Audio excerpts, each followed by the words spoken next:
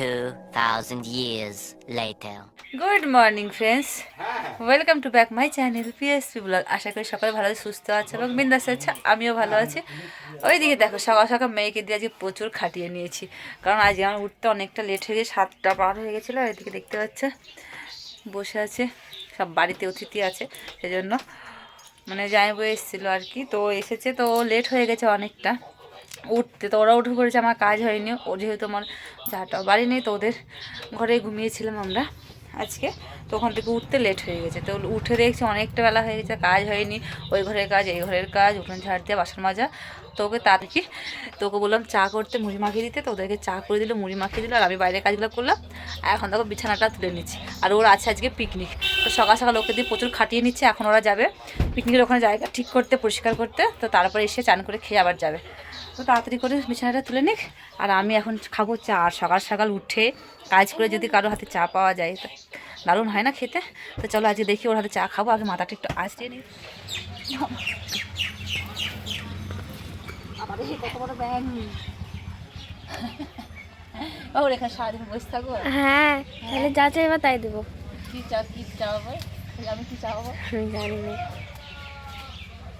ভালোভাবে কাজ করতে হবে, এখানে এসে খাওয়ার দাওয়ারটা দিয়ে যাবে। না, কিচ্ছু দেবো না, শুধু বসে থাকাই কাজ। ফোনও দেবো না, এইভাবে বসে থাকতে হবে। সাপ আসলেও উঠতে দেবো না, হ্যাঁ, সাপ আসলেও উঠতে দেবো না। সাপ তো আসবে এখানে।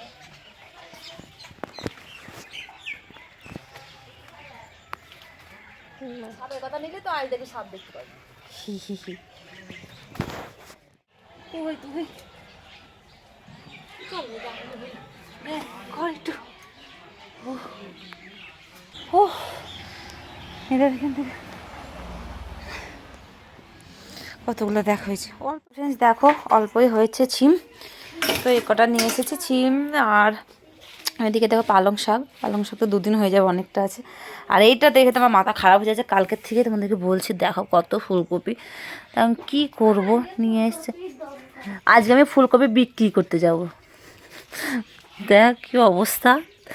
তো ফুলকপি দিয়ে আলু দিয়ে মটরশুঁটি দিয়ে একটা দম বানাবো, আর পালং শাক ছিম টিম দিয়ে একটা সবজি করব, আর পাঁপড় ভাজবো। আজকে আর কিছু করব না, ভালো লাগছে না। আজকে দেখো ভাতটা গ্যাসে বসিয়ে দিয়েছি, কারণ অন্যদিন শুধু ভাতটা আমি চুলাতে করে নিই আর সবজি গ্যাসে করি, কিন্তু আজকে আর ভালো লাগছে না, এমনিতে লেট হয়ে গেছে। তো ভাবলাম আজকে গ্যাসে বসিয়ে দিই। তো দেখো গ্যাসে ভাতটা বসিয়ে দিয়েছি, এবার সবজিটা কেটে নিই। এখনও চাল ধুয়ে দেওয়া হয়নি। তো চলো, চা খাওয়া হয়েছে, এগুলো এখনও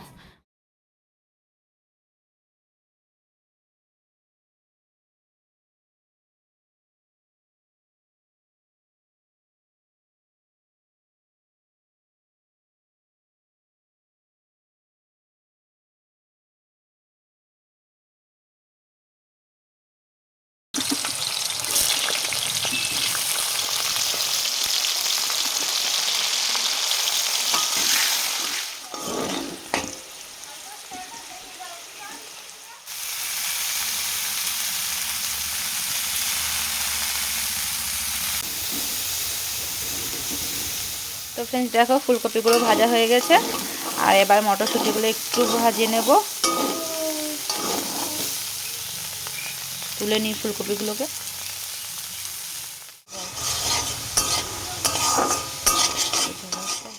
তো দেখো এবার মটরশুঁটিগুলো আমি তুলে নিয়েছি। এই তেলে একটু ফোড়ন দিয়ে দেবো। তো তেজপাতা দেবো, 5 ফোড়ন। আর এর ভিতরে দেখো এদিকে আছে জিরে, আদা, লঙ্কা, রসুন, পেঁয়াজ একসঙ্গে পেস্ট করা, এটা দিয়ে দেবো।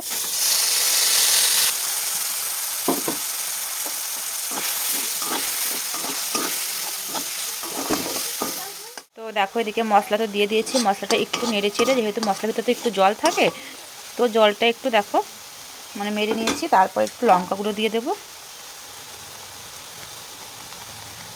আমার যেহেতু লঙ্কা দেওয়া আছে, কাঁচা লঙ্কা দেওয়া আছে, আর একটু কালারের জন্য দেখো লঙ্কা গুঁড়োটা দিয়ে দিচ্ছি।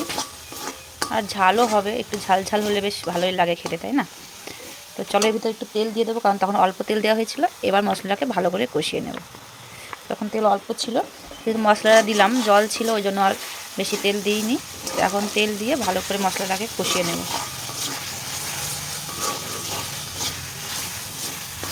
প্রথমে দিয়ে দেবো আলু,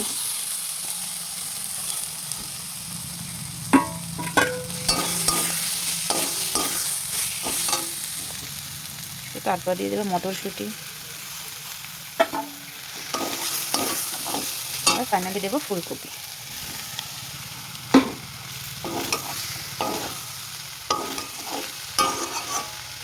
ঘরে থাকা কিছু জিনিস দিয়ে আমি করছি, আর এর মধ্যে আরও অনেক কিছু অ্যাড করলে আরও ভালো লাগে। জায়ফল জয়িত্রী দিয়ে একদিন রান্না করেছিলাম, দারুণ হয়েছিল। যেহেতু আমার কাছে নেই সেজন্য আর ওসব দিলাম না, তো যা ছিল ঘরে সেগুলো দিয়ে রান্না করলাম। তো দেখো বাড়িতে সবজি থাকা কত ভালো, তাই না? কিছু কিছু তো এইদিকে দেখো কিছু ধনেপাতা ছিল, যেহেতু ঘরে নেই, কেনা হয়নি ধনেপাতা, তো বাড়িতে ছিল, দেখো তুলে নিচ্ছি। তো বাড়িতে সবজি লাগানো সত্যিই ভালো, তো অনেক সময় হাতের কাছে অনেক কিছু পাওয়া যায়।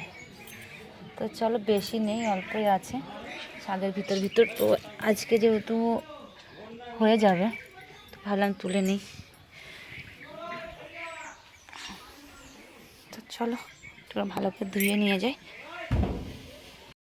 তো দেখো মশলা দিয়ে তার ভিতরে সবজিগুলো দিয়ে একটু ভালো করে কষিয়ে নিতে হবে, তারপরে জল ঢেলে দেবো। তো দেখো আমার হয়ে গেছে, আর হালকা হালকা একটু ঝোল রেখেছি, এই যে দেখো। তো এখন দিয়ে দেব ধনিয়া পাতা। তো চলো ধনিয়া পাতা দিয়ে দিই, তারপরে একটু দেব ঘি আর একটু গরম মশলা। তো চলো দেখো, হালকা উপর থেকে অল্প একটু ঘি দিয়ে দেব।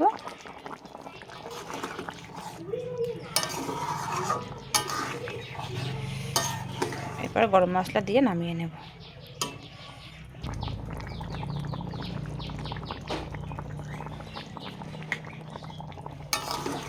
গরম মশলাটা দিয়ে দিলাম, এবার নাড়াচাড়া করে নামিয়ে নেব। তাহলে আমার রেডি ফুলকপি আলু মটরশুঁটির দম।